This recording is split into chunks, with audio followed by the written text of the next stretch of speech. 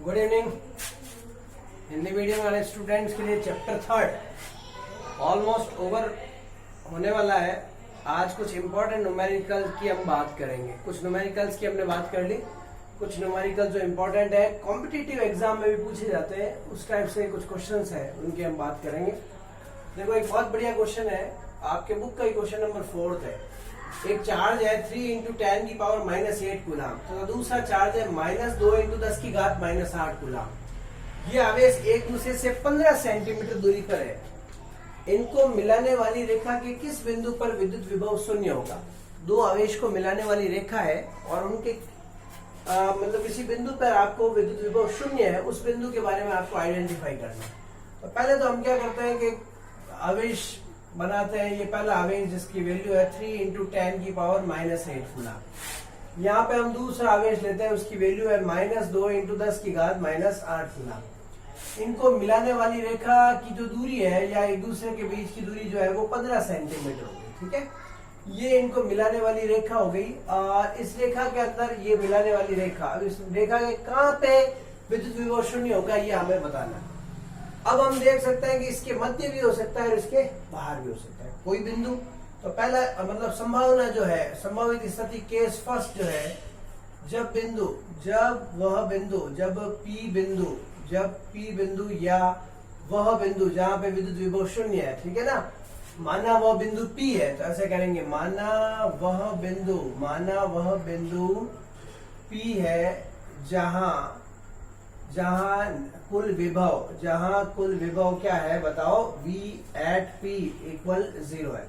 अब वो P बिंदु जब वो बिंदु आवेशों के मध्य स्थित हो सकता है। अगर ऐसा हो तो अपन ऐसा लेंगे, माना इसकी दूरी अब यहाँ कहीं भी ले सकता हो, आपकी इच्छा हो जाए ले लो, कहाँ हो सकता है, यहाँ हो जाए, मान लिया वो यहाँ है। अब इससे इसकी दूरी अभी माना है हमने, कितनी मान ली है दूरी, ये हमने मान लिया इसकी दूरी x है। तो बताइए इधर वाली दूरी कितनी होगी, ये x है तो पीछे बची हुई दूरी हो गई आपके क्या 15 - x। ऊपर लिख रहा हूं ताकि अलग लिखेगा। ये पहला आवेश, ये दूसरा आवेश। माना इसकी Q1 बराबर 3 × 10 की घात -8 कूलाम, जो धनावेश है, धनावेश से दूरी ऑब्लिक स्थिति x है, स्थिति क्या है x है, तथा Q2 बराबर -2 × 10 की घात -8 कूलाम से दूरी, चित्र से दिख रहा होगा आपको, दूरी देख लो चित्र से कितनी है, 15 में से x कम कर लो, 15 - x होगी, यह है। तो प्रश्नानुसार आप कह रहे हो, प्रश्नानुसार P बिंदु पे क्या होना चाहिए, प्रश्नानुसार P बिंदु पर विभव। अब आप देखो प्रश्नानुसार P बिंदु पर विभव निकालेंगे, और P बिंदु पर हम विभव निकालते हैं फिर बाद में करेंगे। यहाँ P बिंदु पर विभव V@P किस किस के कारण आएगा, P पे खड़े होकर देखो विभव के लिए रिस्पॉन्सिबल कौन है, ये और ये। तो VQ1 के कारण और VQ2 के कारण। एट P की बात कर रहे हो, KQ1 दूरी R1, KQ2 दूरी R2 और P बिंदु से, 1 की भी P बिंदु से दूरी और 2 की भी P बिंदु से दूरी। सब ऐसे भी लिख सकते हैं, वैसे भी लिख सकते हैं। प्रश्नानुसार आप क्या कहना चाहोगे कि भाई P बिंदु पर P पर कुल विभव, बताइए प्रश्न क्या कहना चाह रहा है, P पर कुल विभव क्या है, तो आप क्या हो गए, इसका मान 0 है। तो यहाँ पे हो गया 0 = KQ1। अब बताओ दूरियां, चित्र से दूरियां रखोगे, चित्र से आप किसका मान रखोगे, दूरियों के मान, दूरियों के क्या रखेंगे, मान रखेंगे। बताइए पहले आवेश की दूरी कितनी है x, पहले आवेश की P बिंदु से दूरी x, दूसरे आवेश की P बिंदु से दूरी, तो आप क्या होगे सर, ये 15 - x है। कोई बात नहीं, इसको इधर ले लो, -KQ1/x, KQ2/15 - x, k से k कैंसिल हो गया। अब आप क्या करोगे, मान रखोगे, मान पुट करेंगे, आवेश के मान पुट, Q1 और Q2 के मान क्या करेंगे, रखेंगे। माइनस तो यही है, 3 × 10 की घात -8 दूरी x, माइनस वैल्यू है इसकी 2 × 10 की घात -8, 15 - x।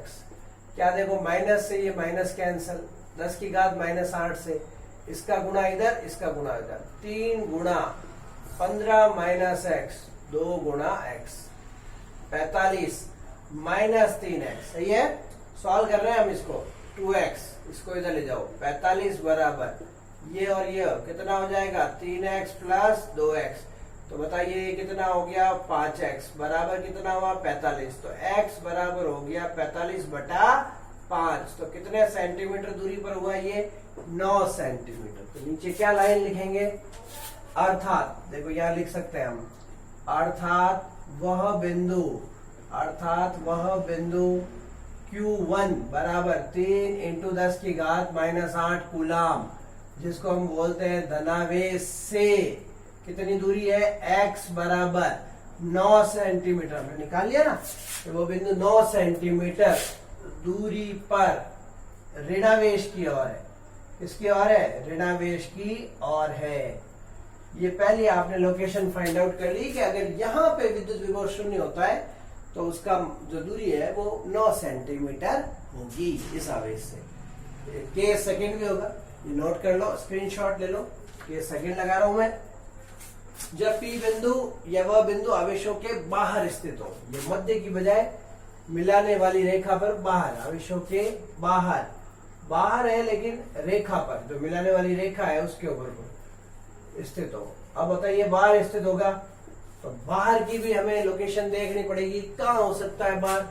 अब इस P बिंदु को हम बाहर लेंगे तो उसकी लोकेशन देखो, ये P बिंदु यहाँ से हट जाएगा, ये दूरी भी हट जाएगी, अभी इसकी कोई जरूरत नहीं है, ये भी हट जाएगी आपके। अभी हम इस चित्र को चेंज करेंगे, प्रश्न हमारा वही है, सिर्फ केस चेंज हुआ है। तो अब देखो यहाँ पे सब चीजें बदलेगी थोड़ी।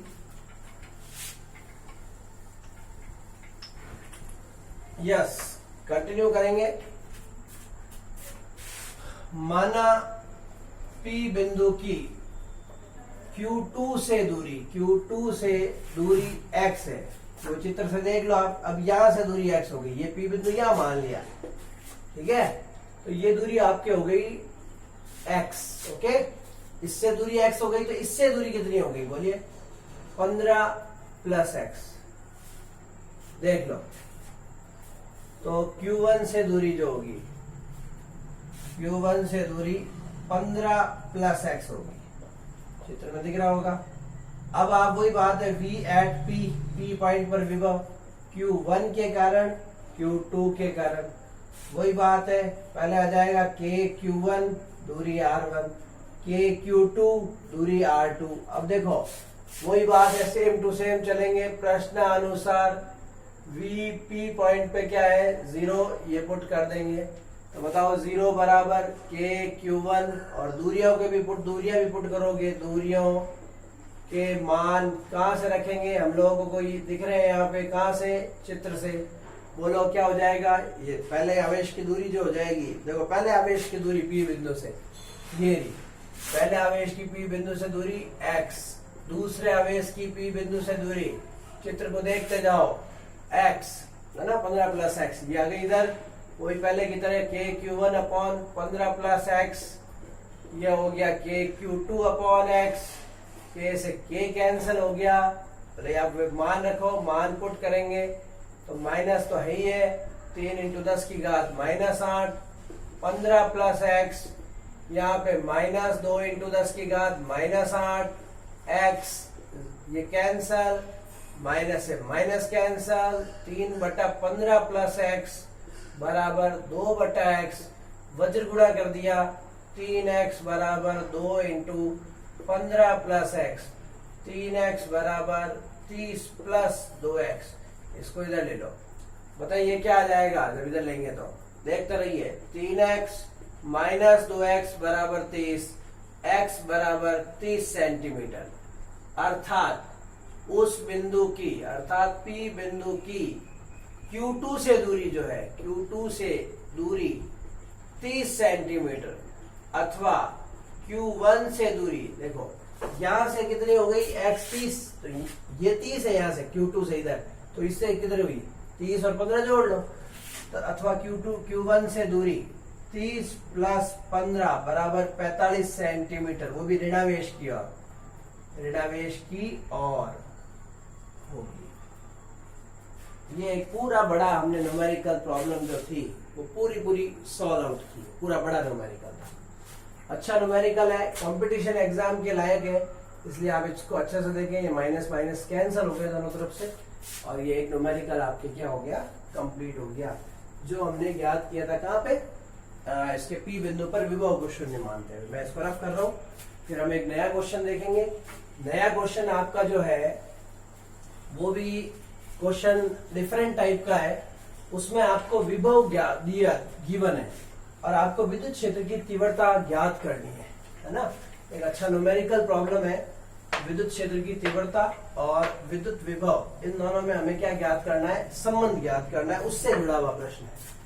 क्वेश्चन नंबर ये आपका जो बुक का है, क्वेश्चन नंबर 15, किसी बिंदु पर विद्युत क्षेत्र का मान, किसी भी बिंदु पर बात हो रही है, किसी बिंदु पर विद्युत विभव किसी बिंदु के बारे में भी कहा है, x, y पर जो आपका विद्युत विभव है वो आपको समीकरण से दिया हुआ है, Vx, y लिख दो, ये हो गया 6xy plus Y square minus x square, मात्रक होता है वोल्ट है। तो इस बिंदु पर विद्युत क्षेत्र की तीव्रता ज्ञात करो, विद्युत क्षेत्र की तीव्रता का परिकलन करो या तीव्रता की गणना करो। अब आप ये देखो, ये सवाल है, प्रश्न को देखते समझो, V दिया हुआ है और E ज्ञात करना है। सोचो आपने कहीं ऐसा टॉपिक पढ़ा क्या कि आपको विद्युत क्षेत्र और विद्युत विभव में संबंध मिल रहा होगा, विद्युत क्षेत्र विद्युत विभव के पदों में, मतलब विभव से आपको जहां पे विभव इतना है तो वहां विद्युत क्षेत्र कितना होगा, तो इसके लिए हमें इन दोनों के मध्य संबंध निकालना पड़ेगा।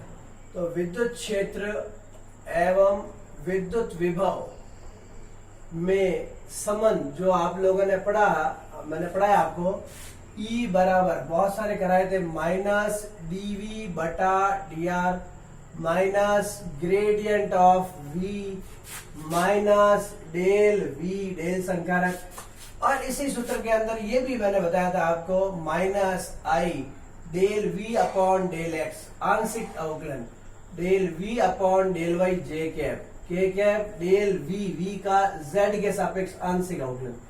ये सूत्र आज हम यहाँ यूज करने वाले। V आपको गिवन है, E आपको क्या करना है, ज्ञात करना है। जो गिवन है उसको देखो, गिवन दैट जो दिया गया है, V बराबर 6xy plus Y square minus x square, ये आपको गिवन है। अब आपको ये तीन चीजें निकालनी है, delta V, del V upon del x, del V upon del y, del V upon del z। आंशिक अवकलन करना है आपको V का x के सापेक्ष, y के सापेक्ष और z के सापेक्ष। यहाँ V का x, y, z के सापेक्ष क्रमशः के सापेक्ष आंशिक अवकलन करेंगे। सापेक्ष कौन सा अवकलन करेंगे, आंशिक अवकलन करने पर तभी हमारा ये प्रश्न सॉल्व होगा। सबसे पहले डेल V, डेल का मतलब आंशिक अवकलन x। देखो आंशिक अवकलन क्या होता है, बायोलॉजी वाले भी सुनना, मैथ्स वाले भी सुनना। आंशिक का मतलब आपको पार्शियलिटी करनी है, जिसका आप अवकलन कर रहे हो उसकी x के सापेक्ष पार्शियलिटी, V की x के सापेक्ष पार्शियलिटी अवकलन करना है। मतलब आपको पार्शियलिटी करनी है, मतलब उसका फेवर लेना है, सिर्फ x का फेवर लेना है।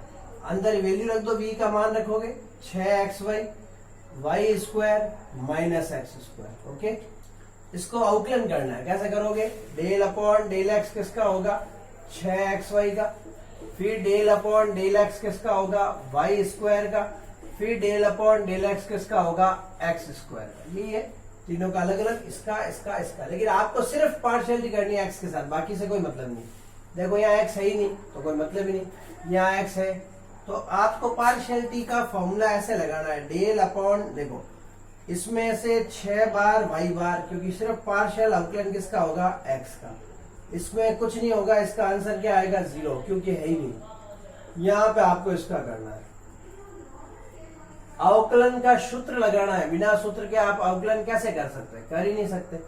क्या होता है अवकलन के सूत्र, जरा देखें। अवकलन के सूत्र यहाँ पे हम देखेंगे पहले एक बार, फिर पता चलेगा कि हमने 11 में पढ़ी। 11 के अंदर अवकलन के सूत्र थे, याद करो, डी अपॉन, यहाँ भी डेल की बात कर लेते हैं, del upon del x, x की घात एन का अवकलन जो होता है एन एक्स की घात एन माइनस। मैचिंग होनी जरूरी है मतलब फलन की, जिस घात का आउटलाइन करते हैं तो क्या करना होता है, घात आगे आएगी, पीछे एक घात कम होगी, n x n minus one divide होता है, ब्रेक होता है, टूटता है।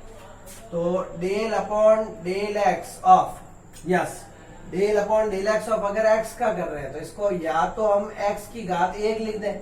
अब देखो घात एक है तो यहाँ लिखेंगे एक एक, एक्स की घात एक माइनस एक, तो एक एक्स जीरो, तो इसका मतलब क्या हुआ एक, इसका मान भी एक होता है तो एक का एक से गुणा हुआ एक तो ये हो गया पहली बात। दूसरी बात आपको करना है del upon del x x square का, कितनी घात है बोलो, दो, तो दो आगे आएगी, दो आगे, फिर दो में से एक क्या हो जाएगी कम, तो ये हो जाएगा 2x। बस ये अवकलन के सूत्र जो आपने 11th में पढ़े वो यहाँ यूज करें। तो बताओ del v upon del x की वैल्यू क्या आएगी, del v upon del x, 6y already बाहर है, इसका इसके सापेक्ष अवकलन अभी बताया था एक, माइनस इसका अवकलन क्या होता है 2x, मिल गई आपको वैल्यू 6y माइनस 2x, समीकरण नंबर ऑलरेडी 2 आ चुकी है 3। इसी प्रकार अब आपको क्या निकालना है, del v upon del y, मान रखो, बोलो क्या आएगा 6xy plus Y square minus x square, कीजिए del upon del Y, partiality करनी है, सिर्फ वाई से मतलब है इसको, और किसी से कोई मतलब नहीं है। तो देखो क्या बार आएगा इसमें से 6 और x बार, पार्शियलिटी के अंदर रहेगा सिर्फ y, इसमें अंदर रहेगा वाई स्क्वायर, और इसमें अंदर रहे चाहे नहीं रहे क्योंकि है ही नहीं कोई, तो इसका अवकलन क्या होगा यस 6x, इसका अवकलन एक, ये पड़ा, इसका अवकलन ये रहा 2y, और इसका 0। तो क्या आंसर आया del v upon del y का 6x प्लस 2y, ये भी मिल गया आपको। अब आपको चाहिए अंत में del v upon del z, v का मान रख दो, del upon del z 6xy plus Y square minus x square, यहाँ कहीं भी z नहीं है, देखो आप किसके साथ पार्शियलिटी करोगे, क्या यहाँ z है क्या, यहाँ z है क्या, नहीं है, कहीं भी z आपको नजर नहीं आ रहा है, तो पूरा का पूरा इसका जो अवकलन होगा वो क्या होगा 0, पार्शियलिटी हो ही नहीं सकती, अवकलन संभव नहीं है क्योंकि z नहीं है, किसके साथ पार्शियलिटी करें, इसको z से पार्शियलिटी करनी है, अवकलन करना है, आंशिक अवकलन करना है ही नहीं। बस 3 4 5 से आप मान समीकरण का रखोगे एक, तो आपका आंसर आ जाएगा। मैं स्वरफ कर रहा हूं है ना, यहीं से रख करूंगा, एक बार स्क्रीनशॉट्स ले लो आप इसका और समझ लो, यहीं पे मान रखेंगे तो अपना आप इसका आंसर खुद ब खुद आ जाएगा और आपको समझ में आ जाएगा। ये अवकलन का सूत्र भी हो गया यहाँ पे 3 4 5 से, इसको यहां से कंटिन्यू कर रहा हूं, 3 4 5 से मान आपको कहां रखना है एक में, एक से क्या आंसर आएगा देखें जरा, ई वेक्टर बराबर minus I, del v upon del x की जगह वो पड़ा 6y minus 2x plus j, क्या हो जाएगा 6x प्लस 2y, और k के साथ में क्या आएगा 0, ये पूरा एनक्लोज हो जाएगा। तो ई वेक्टर ढंग से लिख देंगे, माइनस ये हो गया 6y minus 2x I cap, 6x plus 2y j cap and then 0। ये आपका उस xy बिंदु पर क्या हो गया विद्युत क्षेत्र, और इसका मात्रक जो पता होगा आप लोगों को कि E का मात्रक होता है वोल्ट प्रति मीटर। इस टाइप से ये हमारा पूरा कंप्लीट हो गया, हमने इसका निकाल लिया E का मान, समझ गए होंगे आप, E का मान इसका मात्रक वोल्ट प्रति मीटर होता है। इसमें एक बात आपको डाल रहा हूं मैं, अगर इसको नोट करना है, यदि प्रश्न में E का मान बिंदु, मान लो किसी बिंदु पर्टिकुलर बिंदु पे पूछा जाए 1,1 पर ज्ञात करने का पूछा जाए, ज्ञात करो, है ना।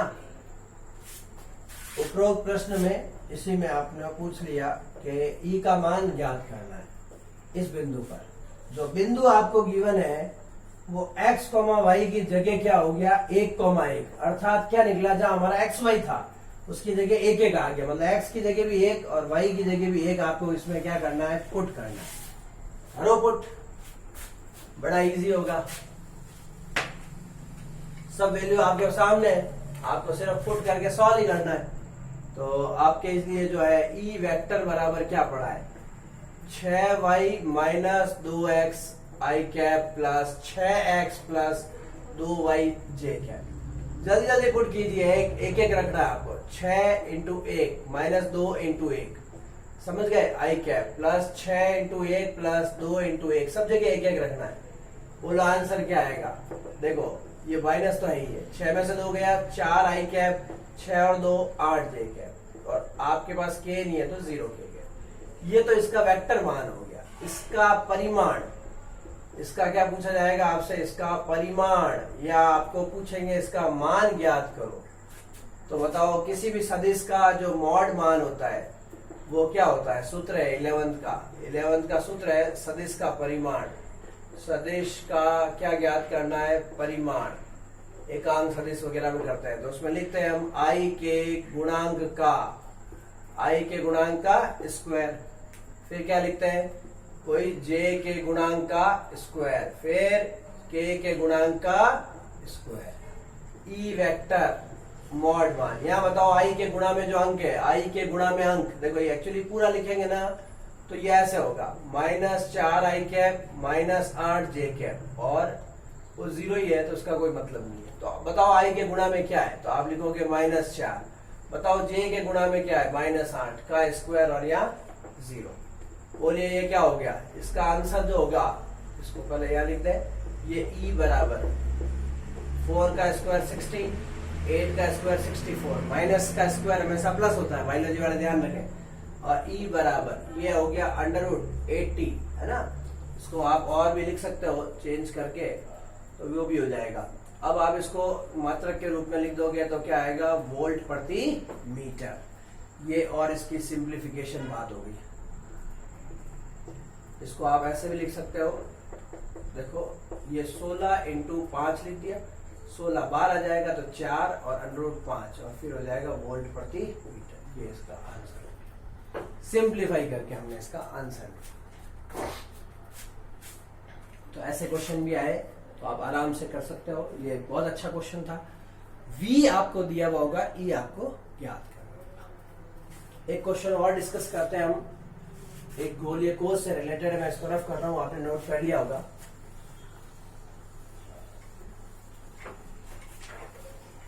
एक 0.2 मीटर त्रिज्या का आवेशित गोलीय कोष है, खोखला गोला है, उसके सतह पर, उसके केंद्र पर, उसके अंदर और उसके बाद 4 जगह आपको विभव ज्ञात करना है।